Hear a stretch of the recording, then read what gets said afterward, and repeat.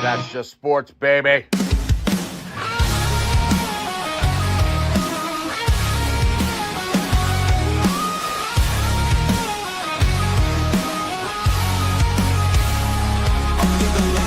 Crowd goes wild. Strawberry ice, bringing fire and style. Reds, Bengals, Bearcats, all in my zone. This is my stage, my mic, my throne. Boom, like a hammer, I'm breaking the game. Strawberry ice, you're gonna know my name. Sports Talk Thunder, hear the podcast roar. Cincy's line is kicking down the door. Step into the ring where the passion ignites. Talking sports all day and all night. From the field to the court to the roaring stands. Strawberry ice with the world in my hands. Boom, like a hammer, I'm breaking the game. Strawberry ice, you're gonna know my name. Sports Talk Thunder, hear the podcast roar. Cincy's fine is kicking down the door.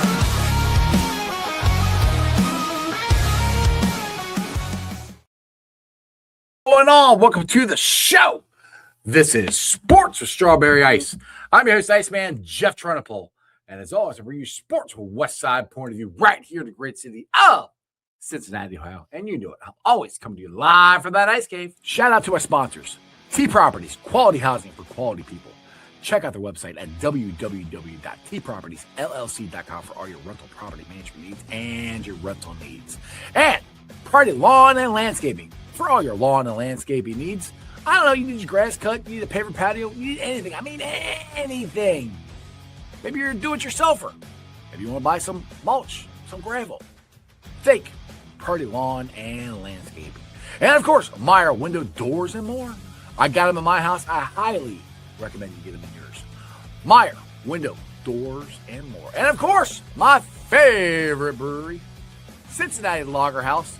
Go on down there to the banks, get you some delicious Lager House beer, some delicious Lager House food, and of course, tell all my sponsors you heard about them from Sports with Strawberry Ice.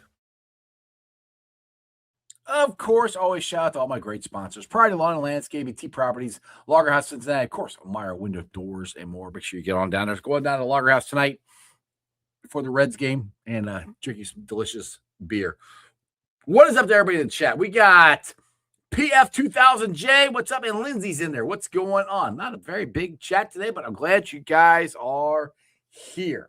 So, the Reds, I think, had a pretty dominant performance last night from Chase Burns. I know it was only 5 innings, but it was 5 dominant one-hit innings. I mean, he looked absolutely amazing last night. Connor Phillips came in and slammed the door. A little shaky there, but they got it done. The Reds are now 3-1. They beat the Pirates last night 2-0. They take on the Pirates again tonight for the second game of 3. Tonight's pitching matchup is Brandon Williamson versus Bubba Chandler. So we'll see. Brandon Williamson making his season debut. First time I think he's pitched since 2023. I think I'm around that. So hopefully the Reds will get this win in because they win tonight. They win another series because they got Paul Skeens tomorrow. So let's get this dub right now. Let's see, it's March 31st. Almost. Draft month. Tomorrow will be draft month. What the hell are the Bengals going to do? And I had some kind of thoughts on it yesterday on how I think the draft could break. But the man who has the future in his hand, he knows exactly what is going to happen in the NFL draft. He knows who the Bengals are going to pick. And he's going to tell you right now, he is the one and only Ian Cummings. Oh, come on, play. What's up, Ian? How are you, sir? I'm doing good. It's good to see you again. I feel like there's some false advertisement going on. I don't know exactly who the Bengals are going to pick, but I can narrow it down a little bit for you. No, I've got the answer. Actually, I've got the hookup. So I'm going to keep it on the down low for now. I knew it. I knew you knew. I knew you knew. All right, so I'll put it to you this way. So here in Cincinnati, we got a show on the radio called Cincy 360, and they do mock draft Mondays. Mm-hmm. And I can't remember, 1 through 9, but everybody they picked didn't seem like a reach. And they ended up having Sonny Styles at 10 for the Bengals. And as a Bengals fan, that would be freaking perfect for me because we haven't done anything with linebackers to add to that room. We still got our 2 rookies, which I believe they could make a jump this year. I don't know, but I like to add to the room, and Sonny Styles would be huge to get that. Is that crazy? We still thinking there's a chance there? What do you got? I think there's a chance for sure. Anytime there's an off-ball linebacker, as good as that guy might be, and Sonny Styles in his case, pretty freaking good, you never know how that position is quite going to fall. This draft is kind of unique in the sense that a lot of the guys at the top of the board are players that aren't really premium positions that are known for going in the top 10, right? Jeremiah Love, a running back. Obviously, the Bengals wouldn't have interest in him, but, Caleb Downs. No, they would, but they wouldn't draft him. Yeah, for sure. Exactly. That's one where if they picked him, even if he fell to 9, I'm sure there would be riots because there's issues on the defensive side of the ball. I'll say that. But but even then, like at safety, like Caleb Downs, Dylan Thieneman, who I'm a big fan of. He's my 6th overall, or I think he's 6th or 7th on my board. I was not trying to make the meme, I promise. But he's up there. He's in my top 10. He's a good player. And, a lot of guys that aren't in premium positions. So it's a unique year. I think Sonny Styles, though, my top overall player, I think he'd absolutely be worth it. There's a chance he's there for sure because we don't know how the board falls with off-ball linebackers. But I could just as soon see a team like the Giants take him, right? Or someone else in the top before the Bengals. So there's a chance, not 100%, but it's possible. All right. So have you had your latest mock draft, your top 10? Have you had that out already? Like the latest mock draft, like the top 10 picks. Yes. Who do you just which way do you think it might fall right now in the top 10? Yeah. So let me go back to it. And I kind of made an off the wall pick for the Bengals in this one. Boy. So well, it's not off the wall on my board. I'll preface with that because we just talked about him being a top 10 guy on my board, but my latest mock draft, I've got number 1 overall, Fernando Mendoza, obviously to the Raiders. That seems pretty likely. Number 2 to the Jets, I've got David Bailey. I think, David Bailey, Arvell Reese, they seem to be pretty interchangeable for most teams. I had Arvell Reese going to the Cardinals, but I know Cardinals fans are a little apprehensive about that because they don't have a great history with hybrid players, right? Where exactly are they going to play them? Obviously, it's a slightly different, regime now with Mike LaFleur, still Monty Austin for it, right? So you're a little apprehensive about that. But Arvell Reese probably going top 5. Number 4, Jeremiah Love to the Titans. Number 5, I've got Carnell Tate going to the Giants, but they could just as soon take Sonny Styles. Number 6, I've got Monroe Freeling going to the Browns, offensive tackle. Number 7, I've got Mekhi Lemon to the Washington Commanders. Number 8, Ruben Bain to the Saints. Number 9, Sonny Styles. So he goes the pick before the Bengals. Killing me. Yep. I'm sorry. And it's it's difficult, right? Because again, there's a chance. That's what I'm afraid is going to happen. Like right before there, everybody wants to be gone. But go ahead. That always seems to happen, man. But now I know I have to do a little bit of salesmanship after I say this one because I know people are going to be upset. Caleb Downs and Dylan Thieneman are on the board. I have a slightly higher grade on Caleb Downs, but they're both blue chip safety prospects for me. I took Dylan Thieneman in this mock draft for the Bengals for safety. So number 10 overall, Dylan Thieneman from Oregon. Now salesmanship time. All right. Give it to me. You signed Brian Cook in free agency. Yeah. All right. Brian Cook's specialty is playing the run, right? He's pretty nuanced in coverage. He can play split field a little bit, but mainly, and what the big selling point was for him coming out of college was he can come downhill. He's super physical. He's a great tackler. So he solidifies that as a safety blanket against the run. Dylan Thieneman, and this is if you want to play split field or if you want to play single high a little bit, Dylan Thieneman is an elite center fielder safety, the best one in the class. He's got the size at 6 foot, over 200, but as a true freshman at Purdue, he had 6 interceptions. Right. This is a guy who was flying around the field. He's got the range. He ran, I think, a 4.3, a low to mid 4.3 at the NFL Combine. So the range and the speed is there. He's insanely explosive, and he's definitely fluid and well versed in split field. And he can play downhill and support too. He's a very good tackler. He can take on blocks, but what I think you really want with Brian Cook, and Caleb Downs is a phenomenal player, but if I'm the Bengals and I have Brian Cook, this enforcer, I want to to be able to play comfortably in the box, well, I've got a guy who can take on center fielder duties and manage the whole field by himself. To me, Dylan Thieneman fits that better than Caleb Downs. As much as I love Caleb Downs, I think if you're looking for a guy who can play split field and center fielder safety and be an elite playmaking turnover threat in the process too,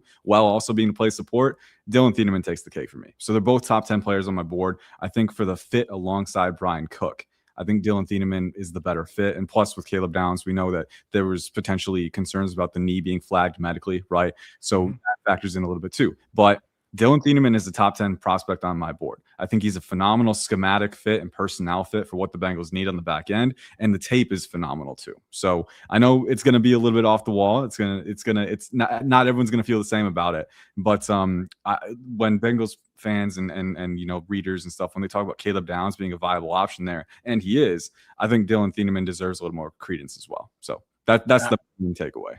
Well, we're definitely going to have to clip this up. We're clipping this here. Most Bengals fans, we all want Caleb Downs, Ohio State guy. We've all seen him play. Yeah, the knee is a concern. Mm-hmm. And I'm not saying you sold me, but you made a lot of good points. And I understand why you're thinking that. Mm-hmm. It doesn't sound like they could go wrong either way, to be honest. But I personally think if it comes out of those two, it would be Caleb Downs. But yeah.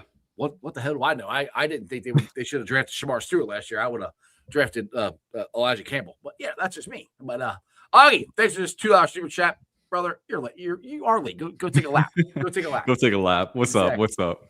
All right. He said, how do you feel about Kendrick out of Auburn? Yeah, Keldrick Falk. He's a good player. Oh, Keldrick. Yeah, Keldrick Falk. Good player in run defense. I'm a big fan of the the stacking strength and the ability to, I think he's 6'5". I think he measured in over 270, over 34-inch arms. So the profile for stacking and shedding in the run game is there. He's very good in that phase where he can, acquire leverage at his size, but then also reset the point. Really good at setting the edge, really good at just completely resetting down and base blocks too, and making sure that opposing blockers can't really displace him. And then he can make plays in pursuit as well, kind of searing through gaps too. So really, really good run defender. As far as pass rushing goes, we didn't see the development that we wanted to see this past year. He had some early career production in the SEC, which is always a good sign for having the raw talent to produce when needed. But the pass rush arsenal is still pretty raw right now. You don't see a ton of counter work, mainly just raw power. And then after that can be a little bit late to kind of sequence moves and can be a little easy to gather because of that. I think he's pretty flexible for his size. I don't think he has elite finesse or speed off the edge, but I do think there are a lot of good components for you to keep building on that power profile too. And I think ultimately too, he's got some alignment versatility where you can play him at 7 tech if you want from wide alignments, let him use that build up power if you want. Or you can play him at 5 tech as a strong side defensive end, or kick him inside to 3 tech or 4i on a situational basis. So as far as I do think there might be a little bit of redundancy with the current personnel they have with Myles Murphy and Shamar Stewart being bigger guys who are really athletic, but still kind of budding as pass rushers. But I do think he gives you some versatility as well too, and a high floor in run defense. So I don't know if he'd be the perfect schematic fit, but I like the player a lot. I think he's around a top 20 guy for me. So it would be a little high at 10, but again, I can see the vision. Okay. And we have a lot of people say this too. Bent, I think it is. It just said, I just trade back because I was spots to take Thieneman. Yeah. I have a question for you. It's still a top 10 pick. This is legitimately a top 10 pick. And I've heard lots of people say trade back.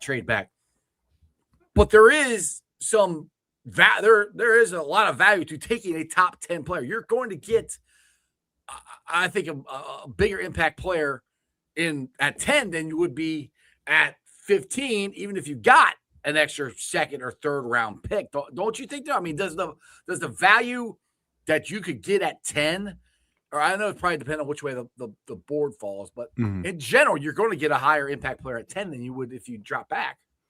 Yeah, and that's the line that I always come back to, right? I'm sure I've said it multiple times on this podcast to sit on the fence, and avoid making a tough decision. You got to. It depends on who's there, right? Right. But I do think for the Bengals in particular, right? We know there are a lot of areas where they need potential starters and even higher quality depth as well. So if you want an extra day 2 pick, trading down is always an option. But again, to me, it would come down to who's on the board. And I on my board personally, I only have I only have 7 blue chip players. I have one guy who's really close to being a blue chip, and that's Mansour Delane. I think the only thing holding him back is his size. But there's some people having Mansour Delane going 10 to us too. yeah, and that I know that some Bengals fans like where they're at with the corner position, right? I think long term there's some questions about who's gonna be held over. We're still inside corner. That's the thing. Yeah, and I think Mansour Delane is fun because he can play boundary, he can play nickel as well. Mm-hmm. So someone who has that versatility could be really fun for the defense. But to the previous point, I only have 7 bona fide blue chip guys right now, maybe 8 on regrading. Mansour Delane is really close. Ruben Bain Jr. is right on the cusp too. So all those guys are really good. But if you're the Bengals, I think there is an outcome where most of the blue chip talent is dried up by the time you're picking. Right. If that is the case, maybe that's when you trade back. Well, and that's the thing. That's what a lot of people are saying in the comment here. Wells and are saying the same thing. It's like, well, if all the best guys are, just trade back.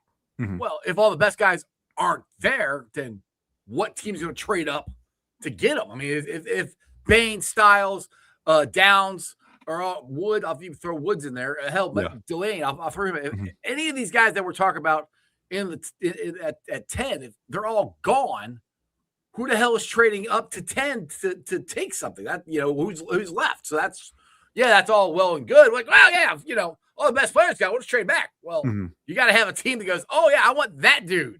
And it would have to be a team that's in a position to win now, where they're willing to give up that capital to move up, right? Right. Where maybe you only need 1 or 2 more pieces before you're really ready to compete. So I'm some teams that might, like maybe the Panthers potentially. Well, I guess what talent? What? I guess that's my question. What talent would be? If all those guys are gone, who would be there? That would be worth somebody trading up. I mean, yeah. I think one of the safeties maybe potentially, but that's the thing. Like if one of the safeties is there, you have to think the Bengals would think about taking them. They might take right. Maybe one of the wide receivers if Mekhi Lemon is there potentially. Maybe defensive tackle. I don't think anyone would trade up for a DT in this class. This isn't a very good DT. Yeah. Class. And Peter Woods, like some people have him as a top 10 guy still. I'm not quite there. Again, we've talked about some of the concerns that I have off of 2025. He's still a first round guy for me, but the lacking flexibility this past year, right? For a guy who's sawed off and has shorter arms, is explosive, but didn't quite test to the level that we expected either. More of a top 20, top 25 guy for me. So I don't think you're trading up for that, especially when you have guys like Kristen Miller and Caden McDonald, obviously different molds, but and at the 3-tech mold, a lot we're finding more and more guys in the kind of mid-round range who could be solid value guys too, like Grayson Halton. I know we talk about a lot. Renee Conga is a recent watch for me from Louisville, who I like a lot after finalizing his grade. So I don't think Peter Woods is, again, that bona fide, like undisputable guy where someone can trade up for him. I think maybe on the offensive side, maybe trade up for an offensive lineman if someone's falling, right? Francis Maui-Goa potentially, Spencer Fano if they want. Maui-Goa might go to top 5 too. He might, yeah. He's an interesting watch for me because I don't think he's quite the caliber of athlete as some of the guys that we've seen go top 5. I think he's a very good athlete. Don't get me wrong. I don't think he's quite as like rangy or explosive or as quick-footed as a Penei Sewell at his size. But again, his film is just quiet. It's what you want for an offensive lineman. He just does his job. His anchor is stifling. He's physical. So yeah, I think offensive lineman, someone could trade up maybe for Kenyon Sadiq, but I could see him falling into the mid to late teens and getting picked without a trade up either. But yeah, I mean, the premise is it's sound. You're not going to have a lot of demand to trade up. So the Bengals could be stuck in a precarious situation where you got to make the best of a bad situation. Now, one guy I do want to talk about is Banks out of Florida. Now, if he's healthy, he's a first-round pick. He couldn't even get all the way through the combine because he's got a broken foot, which he had ankle issues in this past season. My question is he falling out of the first round? And if he does, is there a chance he falls to 41 where the Bengals pick in the second round? And do you think the Bengals take a shot on him if that all happens? I think he could fall to 41. I think he could fall past 41, honestly. You think about what would he be worth? Because, I mean, if he's healthy, That'd be a great pick for the Bengals if he's healthy. if he's That's healthy. the big. Which you're not going to know until you draft him. Yeah, you're not going to know until, honestly, I think the reports were saying that he won't be fully ready for action until June at the earliest with this broken foot. So obviously that's after rookie minicamp, I believe. That's kind of in the gap there. So again, there's going to be some uncertainty, not really knowing what you're getting on that first day. And at the same time, too, I think when teams are looking at a foot injury like this, where again, he missed most of the 2025, essentially the whole 2025 season, he was not available. And when he was available, 2 games he played, I think. Yeah, it was like 2 games and he wasn't 100%, right? So there was some concern there, right? He came to the Senior Bowl and he was close to, he appeared almost 100% and he was dominant pretty much. He was showing off the athleticism and the tools.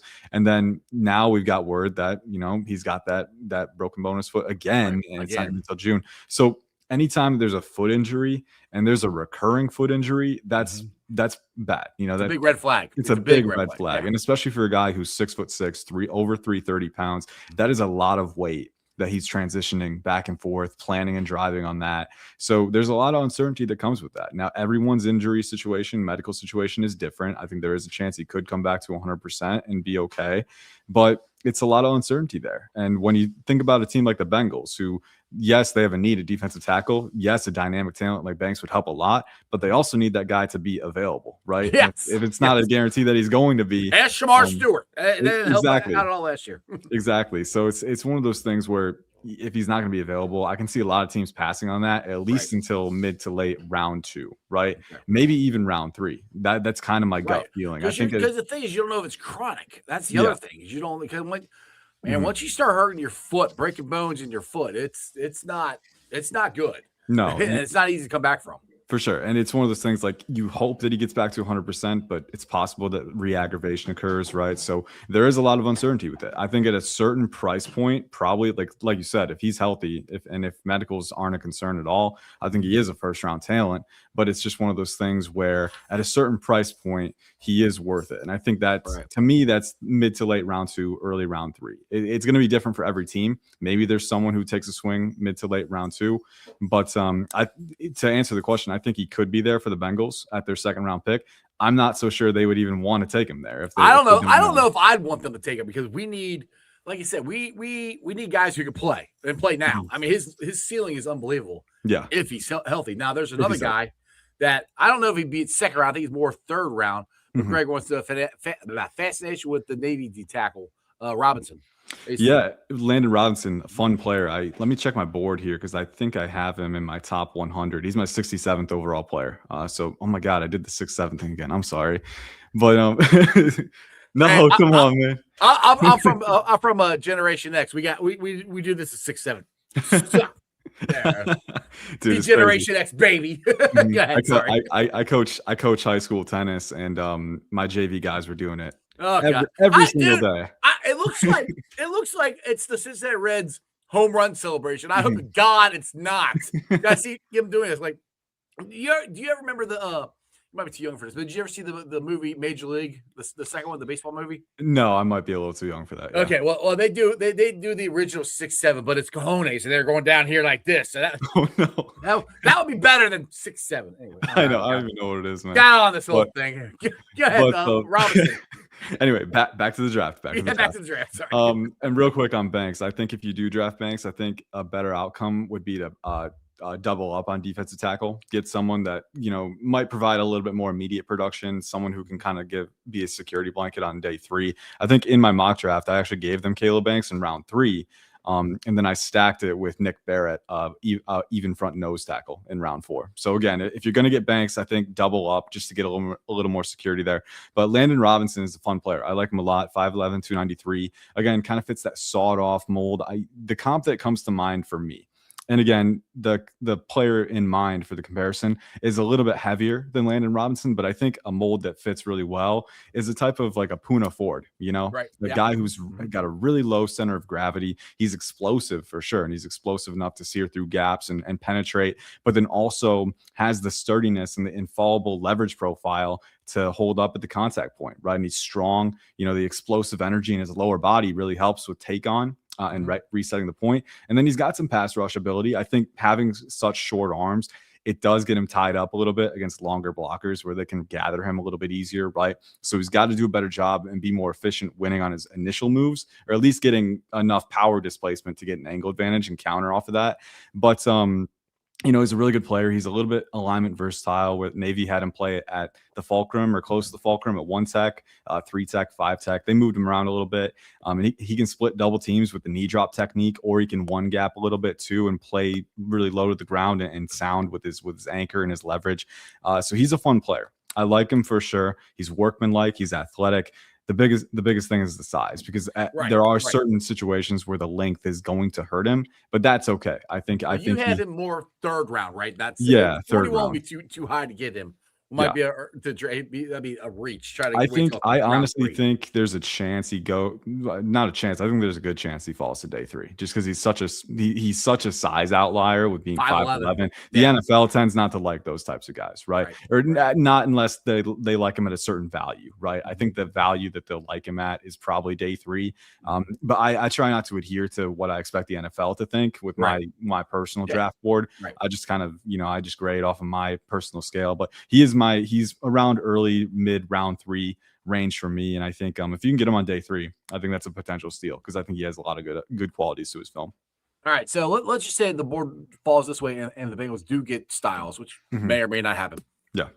Round 2, where do you think they're going? Are they going corner, or are they going interior D line? What would you have them at if they got Styles day 1, corner or D line round 2?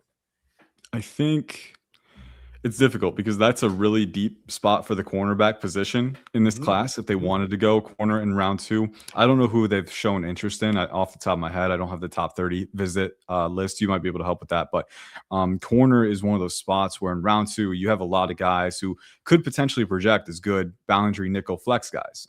I think a few players that stand out to me. I'm gonna sort my big board real quick and make it so that it's got corner and DB. Yeah, I'm trying to think on my top of my head if there's any top 30 visits for corners, and I can't.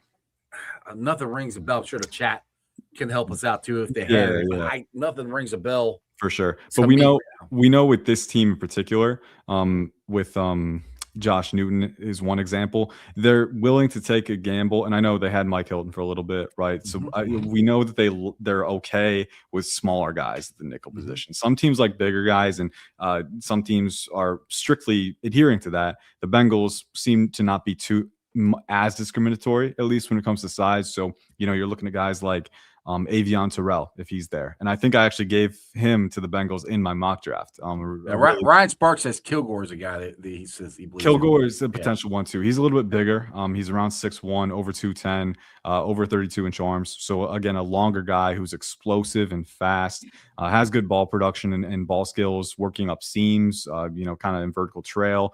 And he's got the mobility to play man and press man against big slot weapons as well. So I like Kilgore a lot. The one concern I have with Kilgore is that playing in run support, he can be a little hot and cold with his dictation.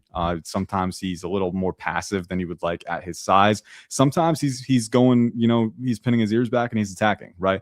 But I think I want to see that version of him more often. But again, if you can get that out of him 100%, he is a guy who's got the athleticism to mix and match. And he can play a little bit of split field safety too. You can rotate him back if you want situationally. So has that versatility for sure. But other nickel guys that could be there at 41, Avion Terrell, like I said, big fan of him.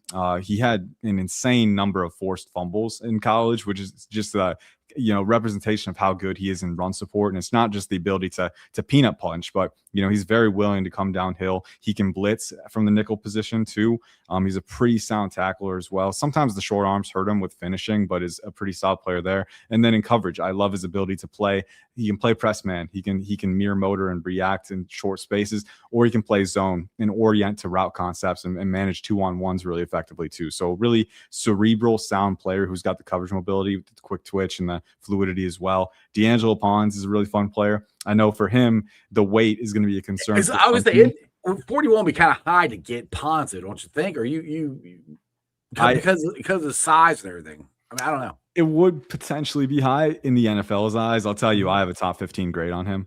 So he's a very, very, very good player. I think his evaluation was so complex because 5'9", playing weight of 170. He weighed in at 180 at the combine, which is reassuring. He jumped 43.5 inches in the vertical. He had a 10.48 100-meter dash in high school. So the vertical speed is there. We know that, and shows up on film too. Really, the size, 5'9", 180, sub 30-inch arms. Aside from that, there are not many holes to poke in his profile. He sounds like Mike Hilton to me. he's a very, honestly, like D'Angelo Pons is, man, my comp for him is Jason Barrett, actually. Now, Jason Barrett was a little bit bigger than him, but I think that the calling card and the thing that I always come back to is his coverage mobility is insane. I mean, you're dealing with a guy who's got the vertical speed and the elite explosion and recovery as well, but he's so fluid. He's got great hip sync. He's got the ability to redirect and kind of the malleability that you want to swivel and manage your hip alignment and zone when route concepts are overlapping. And then he's got the ability to plant and drive so efficiently and just, siphon all of his explosive energy into those breaks. And then despite being a guy who's very undersized, he contends really well at the catch point and really well in run support too, where he's shown that he can engage blocks properly, make tackles in open space. So again, you do worry a little bit about how the size is going to translate against NFL opposition. Right. But with D'Angelo Pons, I don't really see that much of an issue because he's shown that he doesn't shy away from those physicality situations. He's shown that he can execute effectively within them. So again, top 15 grade for me. I could see him playing on the boundary or in the slot. I like him at either position because he's such a sound player. But other ones too that fit the nickel. Keontae Scott from Miami, an older guy, but again, explosive. He's got to clean up the missed tackles a bit, but he's got a really, really quick trigger and run defense. We need guys who can tackle. For sure. Yeah, and that's the one reason that Keontae Scott might not be at the top of the list, for sure. Brandon Cizé from South Carolina is another one who could. Another guy who's a little bit, he's still growing. He's a young player. He can be a little uncontrolled sometimes. He'll bite on double moves a little over aggressive, but super explosive and physical and willing and run support again. And that's what you're looking for sure in part. And then Traden Stukes from Arizona is another one that I like a lot. Now, this is an intriguing one because he's definitely unique in that he's an older rookie. He'll be at least 25 years old in his first day at the NFL level. But if you're the Bengals and you're trying to fix this defense, right, I think Traden Stukes can be the perfect glue guy on the back end because he can play half field safety. He can play nickel. He's a very, very versatile player, and he's super instinctive. He's longer than the other guys that we talked about. He's very explosive and fast in pursuit, and he's got playmaking ability too. I think he's really precise and targeted at the catch point as well. So those are a few names that stand out kind of in that range. All right, so if they get, because I think if they get Styles, I think it's either round 2 cornerback or interior D line. So we talk about corners there. So who would you have there at interior D line that might be available for them at 41? Yeah, I think I'll resort my board here, but I got a cough. Hang on. I ain't got time for coughing here. I'm still getting over this cold, man. I got it like 3 weeks ago, and it's still lingering. Shoot, I hope you don't have allergies. I know allergies are kicking up here in Cincinnati. I don't think I do. My wife does, and if she doesn't take her allergy medicine, it turns into a head cold like that. Oh yeah, for sure. My roommate actually does have allergies, so I know he has to be really careful with it. He gets an allergy shot every week or something. So Nostradamus is saying Stukes did have a top 30 visit with the Bengals. So there you go. Who did? Stukes. Okay, yeah. Like I said, glue guy, really good in the nickel. He can play split field safety. Again, I know he won't be for everyone because he's going to be a 25-year-old rookie at least. And then they drafted one last year, so that's true. And he's got a slight medical history, but again, he was really healthy. He's for the most part stayed healthy this past year. So if he clears that, and I think that's one reason you might have him on a top 30 visit is just to do an independent medical check to make sure he passes that. But again, for the Bengals who are trying to kind of cling to this contention window with Joe Burrow, trying to get back into playoff contention, I think a guy like Stukes, high floor guy, I think he can be an impact starter very quickly out of the gate. So if your Styles at 10, Stukes at 41. Yeah, that'll be an A grade for you for the. That would be an A+ grade from me, man. Stukes is, I think, a top 40 player on my board, so big fan of that for sure. Yeah. But if we were going to go defensive tackle, I think some guys that stand out to me, and again, schematically, I'm thinking because I know Al Golden has in the past he liked more even front. I know they were trying to work in some different concepts last year and different alignments, and I think having a to me, having a guy who can play even front defensive tackle while also shift inside to one tech on a situational basis I think that's a good thing for this kind of scheme, having that role versatility. So one guy that I like a lot within that lens, I don't know if he'll be there, but Kristen Miller from Georgia I'm a big fan of him. He's my 36th overall player, 6'4", 320. He's got cinder blocks for hands. I mean, his hands are so heavy. When you talk about resetting the point, right? I use this phrase a lot. He is one of the best in the class at doing it. His hands are just so powerful on extensions, and he can fully extend and load his elbows and lock out and just, completely dismantle his opponent's center of gravity. There are some plays. There was one play I remember where a tight end was pulling in and inserting into the A gap against Kristen Miller. And Kristen Miller hit him with a right hook, and his head jerked back, and he just fell to the ground. Like, this dude is so violent. But also at the same time, he's got the core strength where he can lock out and stack and shed. He can two gap as well. And then down the stretch last year, being 6'4", 320, he's always had pretty good quick twitch and explosion for his size too. And I think we saw him starting to string together some good pass rush wins with clubs and swims and arm overs. So he's a young player who's ascending and has an elite floor in the run game. So I love Kristen Miller. I think he can play even front nose, or he can kick out to three tech a little bit if you need. Really good player. I think Grayson Halton from Oklahoma, we've talked about him a little bit. I think Kristen Miller is the best value at 41. 41 would be a little high for Grayson Halton for me, but I can still see the appeal because, again, we talk about a guy who can play even front defensive tackle. He's not going to be able to play one tech that often. But 3 tech, 4 some 2 a little bit on a situational basis. Being 6'2", 293, you would expect him to be this sawed-off guy who's not that much of an asset against the run. But I think Grayson Halton is built really unique because he's 6'2", 293, and he's got pretty short arms for his build. But he's got this. He's a little high cut with his build, high hipped, and he's got really long-limbed lower body. Explosive lower body, and that really helps with resetting the contact point again, because football is physics at the end of the day. If you have elite explosiveness, you can generate that momentum heading into contact, and he's got the sheer explosive power in his lower body to sledge blockers upright and stack guys and prevent displacement that way too. So these guys do it a little bit different ways, but Grayson Halton has that, where he contends a lot better in run defense than you would expect for his weight class. And then at the same time too, in the pass rushing phase, he's got some quick swims, he's got some club rips for sure. He's got a really hot motor. He was a team captain. So all of these things, I think he could be a really quality player too. So I think those two are the ones that are the best value. We talked about Landon Robinson earlier, and he's kind of in that cluster for me from a grade perspective. But again, I don't think 41. I think ultimately he will fall past that. He might fall into day 3 territory. So I think there's a chance that you'll be able to get him at a better value. But another guy, yeah.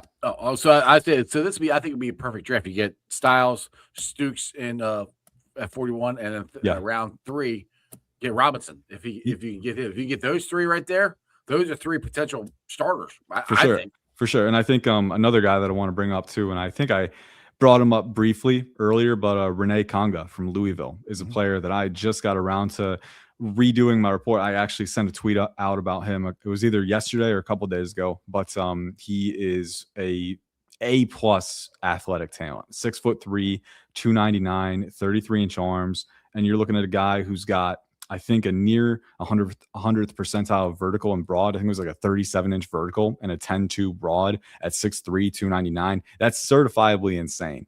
And then you watch the film, I think he's still a little rough around the edges as far as finishing pass rush moves. I think the counter arsenal can be a little bit more defined, but as a run defender, again, we talk about this explosive power to reset the point. Renee Conga is another guy who's got that for sure. And his explosion is different. I would put it up there with some of the best in the class, where he can just blink through gaps and pursue guys to the sideline, to the boundary.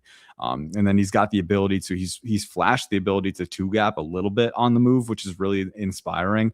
And then he's got the ability to take on double teams because he's just so explosive and he's generating that momentum, and he can halt guys in their tracks when they're trying to perform duo assignments. So Renee Conga is another one. I know the production wasn't always there at the collegiate level, but watching the film, you see him do a lot of the dirty work that doesn't go noticed on the stat sheet, right? Just encumbering blocks and being a pain for offensive linemen and cleaning up cleaning up space for your teammates to make plays. I think he's another guy who fits the bill there. So the bottom line is this DT class, I do think it's the more that I dive into it, the more confident I get with the depth of it. I do think, there are options the farther down you go.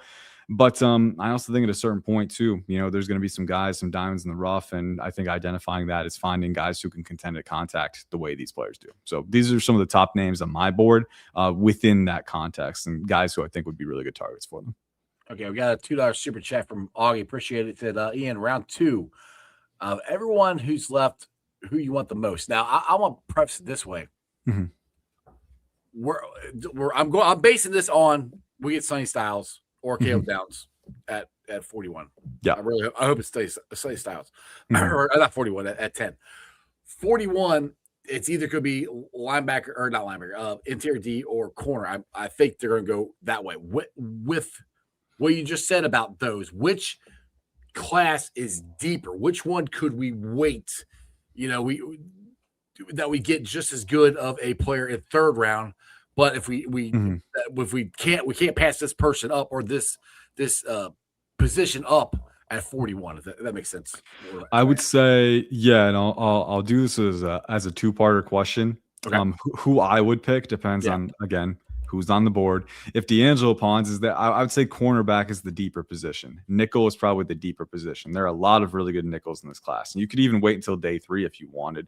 Obviously, you're rolling the dice a little bit there, but you still get quality players like, Jaden Kennedy from Oregon, who's a really good veteran, who's been well-versed and stuff like that. I do think at a certain value point, like for my personal board, if D'Angelo Pons is there, I'm running. You love that dude. I'm such a big fan of D'Angelo Pons. Is that your draft crush right there, Pons? It's the draft crush for sure.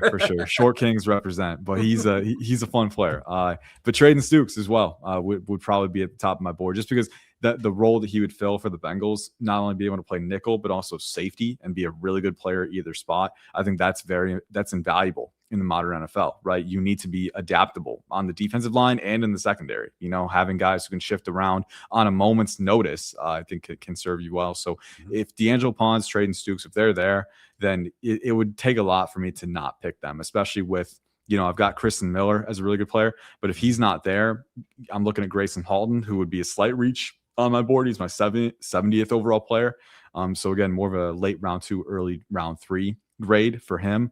But I will concede the nickel class is deeper. So if you're worried about not getting a guy in the DT class later on, I could see taking a guy like Grayson Halton and then getting a nickel later on. So I would take corner or nickel, but I can see the argument for waiting on that, because that's kind of what I'm thinking. Yeah. From what I've been talking to different draft people, so I think that's why I keep going linebacker 1. If like you said, it'd be hopefully Styles. I keep saying that. I'm trying to speak it into existence, and then manifest corner, it. Yes, manifest corner in the second round. It's kind of thing. Then D tackle third round. It's kind of how it'd be great if the draft would break that way there. All right, Tom wants to at 41. He likes our Mason Thomas or Rodriguez.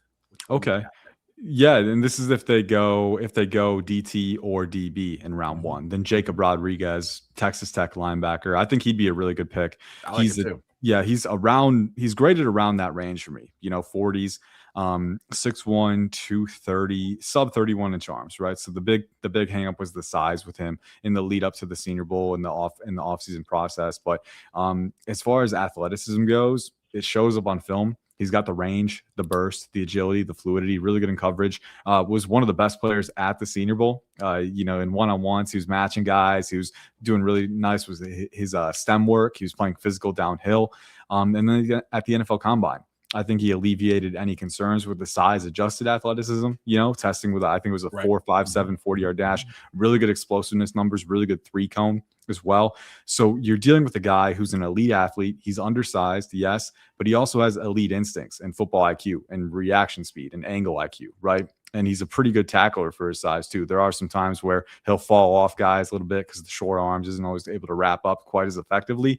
But I do think he's very sound in that phase too. And he's got some blitzing ability as well. So for me, Jacob Rodriguez is kind of in the tier of CJ Allen with Georgia as well, where he's a guy who's right outside the round 1 boundary. And anywhere in that 33 to 50 range, I think you're getting a really good player. R. Mason Thomas is a little bit trickier for me for the Bengals.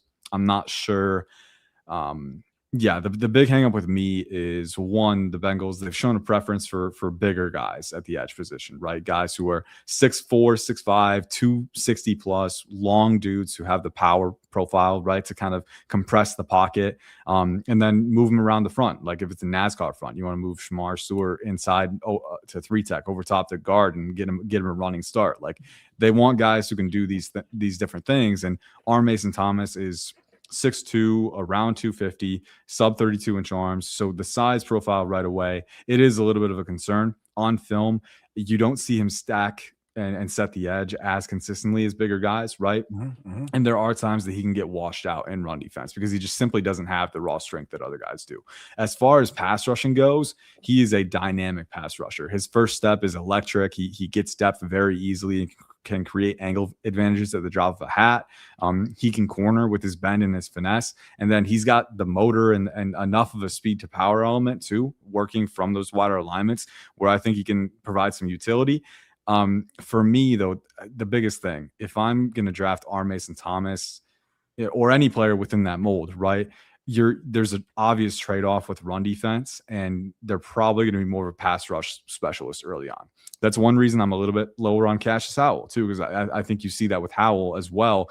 When he's asked to engage in the trenches as a true edge setter, there are times where he's moved pretty easily. I don't think he's the kind of guy who can fully stack and shed and enter pursuit behind the line of scrimmage.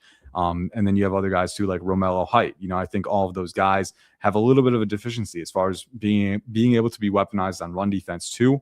So with that player mold, I would prefer round 3 at the earliest, probably. R. Mason Thomas is graded kind of around round 3 for me. I think he's my 72nd overall player. So, again, if you get him around 3, I think that's better. But also, you could also wait until day 3 and get a guy who's a pass rush specialist in your rotation.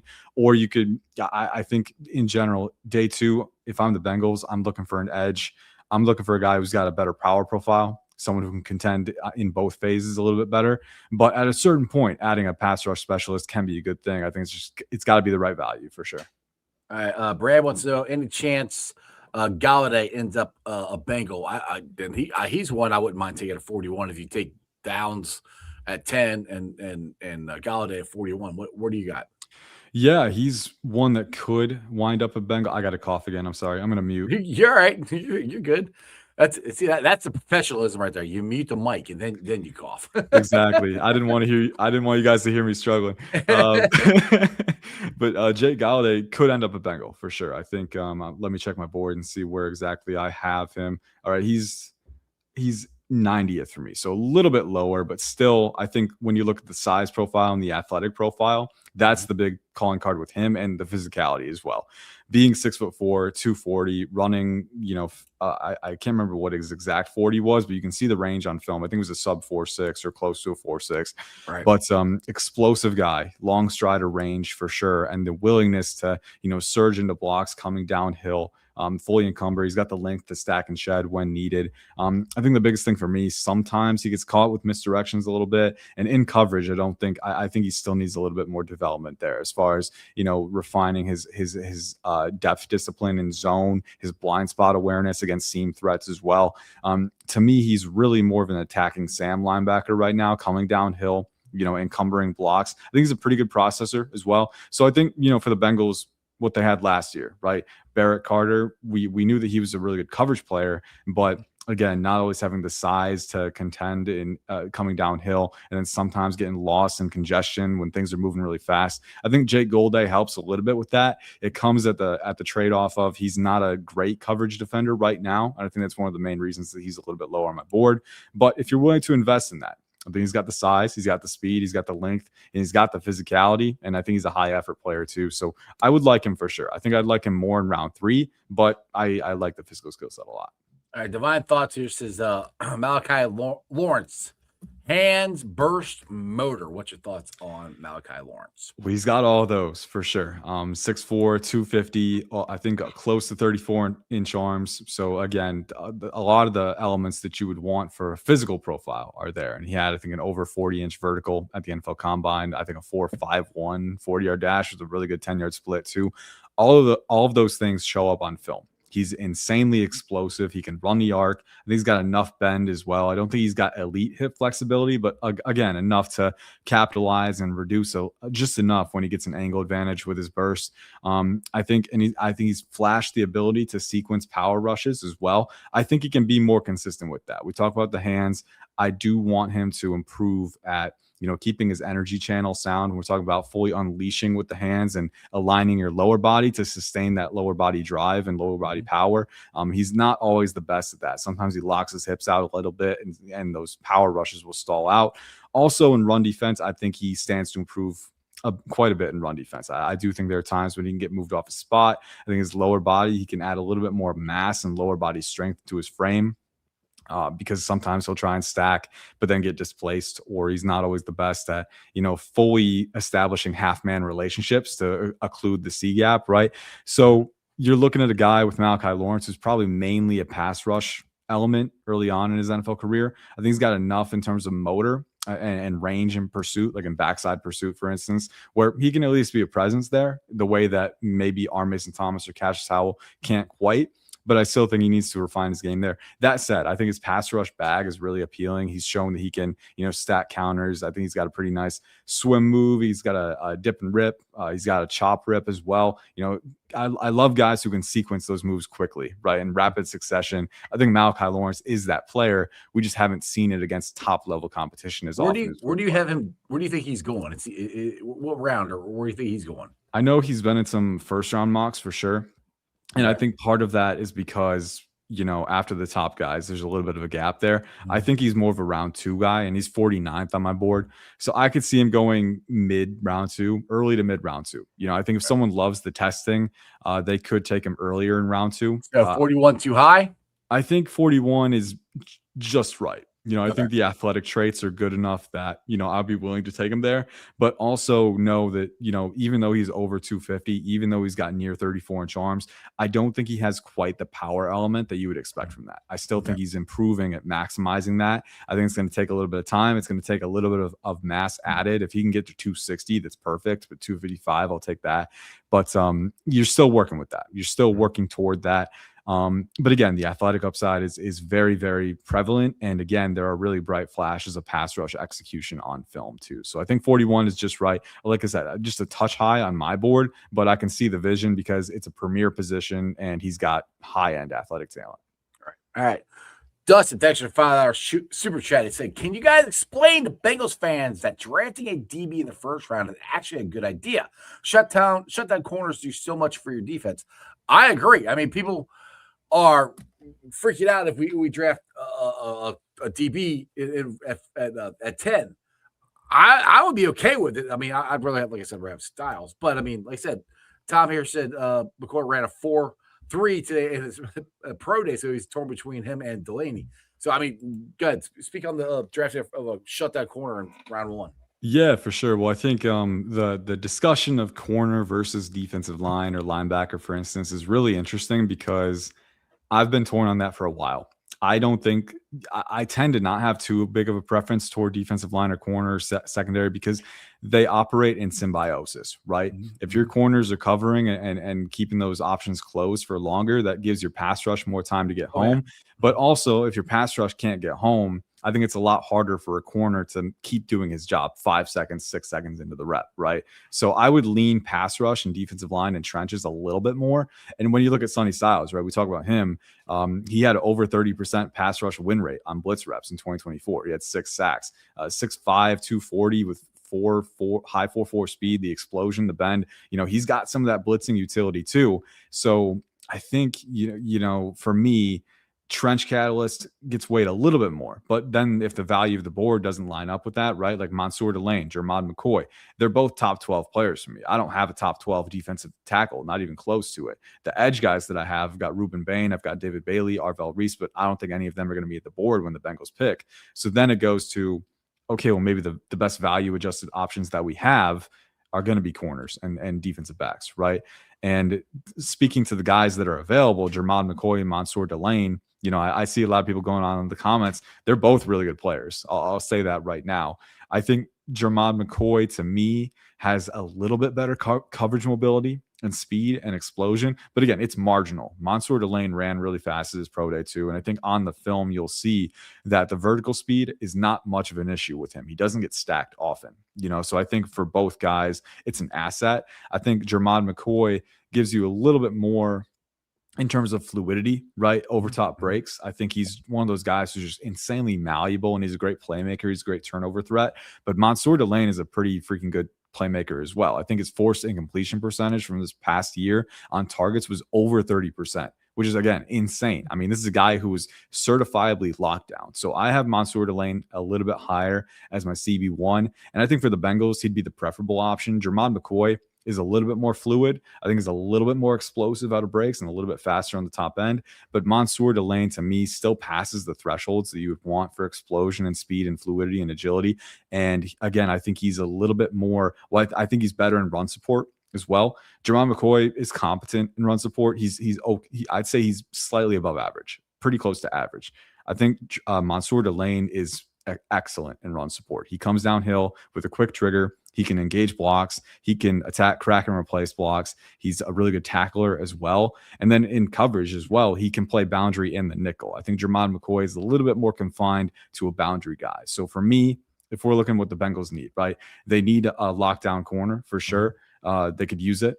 But they also need a guy who can play the boundary or the nickel. They need someone who's really sound in run support. They need a playmaker at the catch point. To me, Jermod McCoy checks a few of those boxes. Mansour Delane checks all of them. So I would prefer Delane. I think he's a phenomenal value pick if he's there and if other options aren't really prevalent at other positions too. So, but again, even if there are other, like, if Sonny Styles is there, I'd probably take Styles, but there aren't too many options for guys who are realistically going to be there. Styles is there. They let it run to the table and take him, is all I gotta say. He's such a transcendent talent at his position with the versatility too. Like it would be tough for me to pass on him too. But Mansour Delane, if he's a phenomenal player too. So if you have both of them there, you've got options at the very least. All right. Now, Crypt Keeper says if we don't take McCoy with the 10th pick, does he fall out of the first round?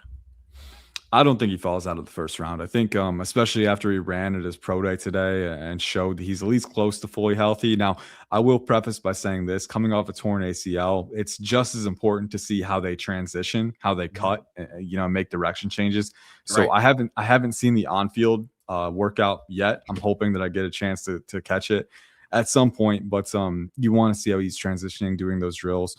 So if he doesn't look like he's hobbled at all, if he's still transitioning with the same efficiency that was so deadly in 2024, then I think teams and they'll do top 30 visits to check the medicals and see if they're, if everything looks good. But as far as that's the case, I think Jermod McCoy goes round 1. I just don't know where exactly it's going to be because you don't have a ton of teams who overtly need that CB1 past the top few.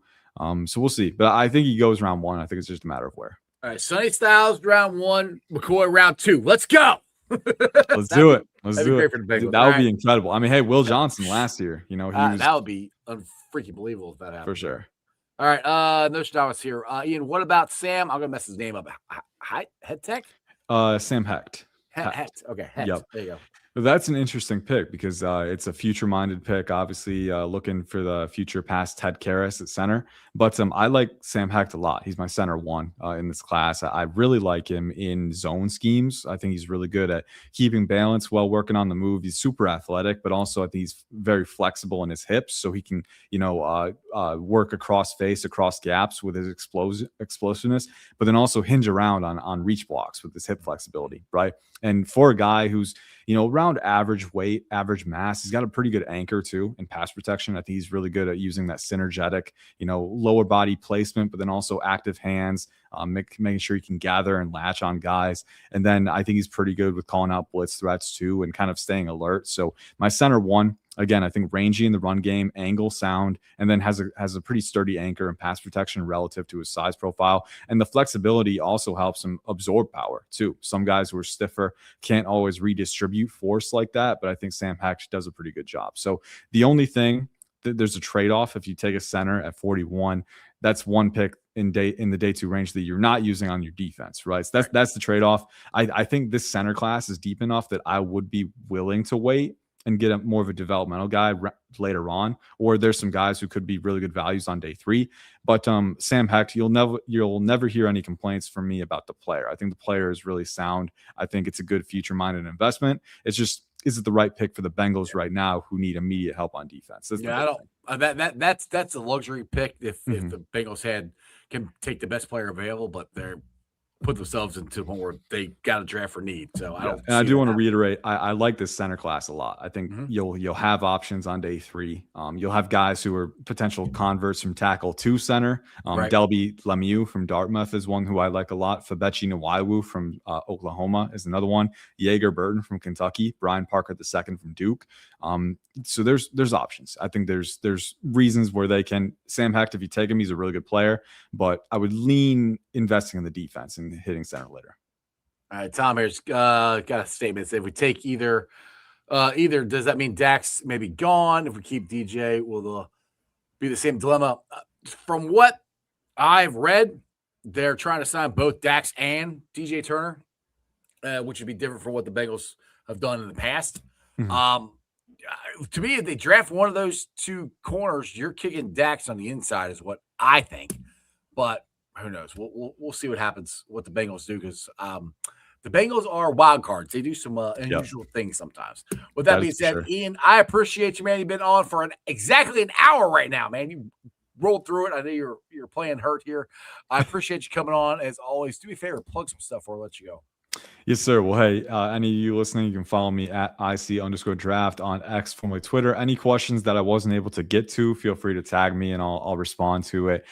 For those of you who don't know, the PFSN mock draft simulator, I am the one who updates that. So rankings, scouting reports, we keep adding to those. I want to get all top 300 scouting reports in for the top 300 players. So we'll see if we can get there. We're in progress, but it's a slog, but we're getting there. And then also the PFSN NFL Draft HQ. A lot of information. My grades are on there as well. So that'll be available all the way up to the draft as well. Awesome. Ian, we're getting closer, man. Tomorrow is April 1st. We're in draft month. Yes, sir. One more day. I can't wait. All right, brother. Well, take care of that cold. And, I'll reach out to you again. We'll get you back on here before the draft happens. Sounds good. Appreciate you, Jeff. Take care. All right. See you. Bye-bye. All right, guys. As always, I hope you enjoyed that as much as I did. There is a comment here I starred that I want to get to. There you go. Tom. Hey, yo. He said, why do you think the reason Katie won't speak to the media, it's a bad look? I agree it's a bad look. With that being said, from what I've heard, she is going to speak to the media later on in this offseason. There has not been a set date yet, so it's not like she's not going to talk. She's just not talking at the general manager's meeting this weekend, which is normal when she talks. Why she's not, I have no idea. Maybe she's sick. Maybe she's got other stuff going on. I have no clue. Now, she better set a date and talk to the media. If she just skips out altogether, yes, this is a very bad look, and this is what frustrates Bengals fans and Bengals media is you can do whatever you want, and you have no consequences because you don't have to answer for why you're doing things. And, I mean, to be honest, even if she does do a press conference, she's not going to answer the stuff the way everybody wants her to. And then they're going to rip her for that anyway, just like we do Duke. But she needs to be out there and she needs to answer the question. So I'm holding judgment until she does come out and set a date and talk to the media. Like I said, they said she's going to. I don't know when. I would love to be in the room to be able to ask some questions myself. That would be wonderful. That probably would never happen, but I wish I was there. What's supposed to happen? We'll see. We'll see. They need to answer questions. They need to find what answer questions of what's going on. Why do you run things the way you do? Why do you do this? Clip it. Shout out to our sponsors, T Properties, quality housing for quality people. Check out their website at www.tpropertiesllc.com for all your rental property management needs and your rental needs. And Party Lawn and Landscaping for all your lawn and landscaping needs. I don't know, you need your grass cut, you need a paver patio, you need anything. I mean, anything. Maybe you're a do-it-yourselfer. Maybe you want to buy some mulch, some gravel. Think Party Lawn and Landscaping. And, of course, Meyer Window Doors and more. I got them in my house. I highly recommend you get them in yours. Meyer Window Doors and more. And, of course, my favorite brewery, Cincinnati Lager House. Go on down there to the banks. Get you some delicious Lager House beer, some delicious Lager House food. And, of course, tell all my sponsors you heard about them from Sports with Strawberry Ice. Of course, as always, shout out to all our sponsors, Pride of Lawn and Landscaping. If you guys want any material, mulch, rock, gravel, any of that stuff, they have their own lot. You can go down there and purchase it too. If you want grass cut, if you want landscaping done, give them a call there, 513-438-6114. That's 6114. Give them a call. Hold on. So, yeah, Tom, waiting for the Pac-Man Crosby April Fool's comment. We'll see. That can come out tomorrow. Pac's still doubling down. He's still I still think the Raiders are going to trade him. I hope it's to the Bengals. I don't know. But I believe Pac-Man knows something. We'll see. That's all we'll say. I believe Pac knows something. We'll see. Maybe he's fooling me. Who knows? It wouldn't be the first time. But thanks for watching. I've been live streaming YouTube, Facebook, X, Twitch, Instagram. You can follow me on all those, along with Threads and TikTok. Check out my Substack. I write some articles on there from time to time. Please make sure you follow that. Follow the show. Everything's under Sports with Strawberry Ice. Oh, we pulled off some later on tonight. Put it on the podcast. It's on BeanPod, Apple iTunes, Spotify, Google, Stitcher Play, pretty much where you get your podcast. Do me a favor. Let's do it. Rate it, like it, review it. Leave a comment and a 5-star review. So more Cincinnati fans find my podcast. Well, I think that it's a big game for the Reds tonight. They need to win the series. That'll be 2 series in a row because I don't really want to go into tomorrow's game with the series on the line facing Paul Skeens. Paul Skeens, I don't give a crap if he gave up 20 runs in his first outing. He's one of the best pitchers, if not the best pitcher in baseball. So let's go beat the Pirates again tonight. Hopefully, Brandon Wilson has a great start. We'll see what happens. Nick Lodolo is supposed to start. I think they said last night he's doing a bullpen session, and then he's going to make a start down in Single A, Florida, because of bad weather or whatever in Double A or Triple, wherever he was talking about. And he'll be back by the Miami series. So everything I said yesterday was true, except for where he's going to do his rehab start. Now it's going to be down in Florida. So hopefully Nick Lodolo will come back soon. And this has been fun watching this team. Need to get this offense. I want this offense really start cooking. If they all could start hitting like Sal Stewart, that would be unbelievable. Unbelievable. Tom, somebody needs to reach out and follow up. I have reached out to Pac. I have tried to get Pac to come on my show. I have tried. I mean, he told me last year at the Jackpot Joey Golf out he'd come on.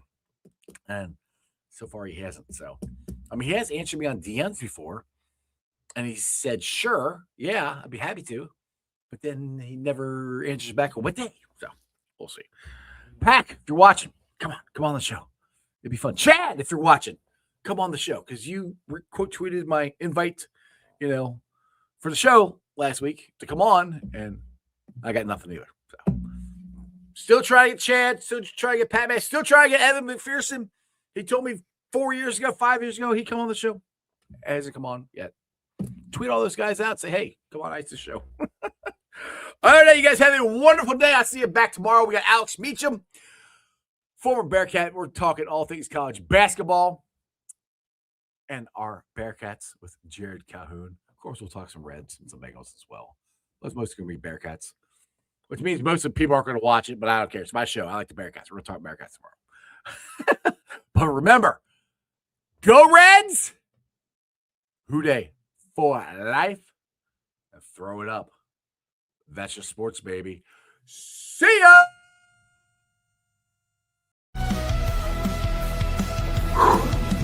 Another great show.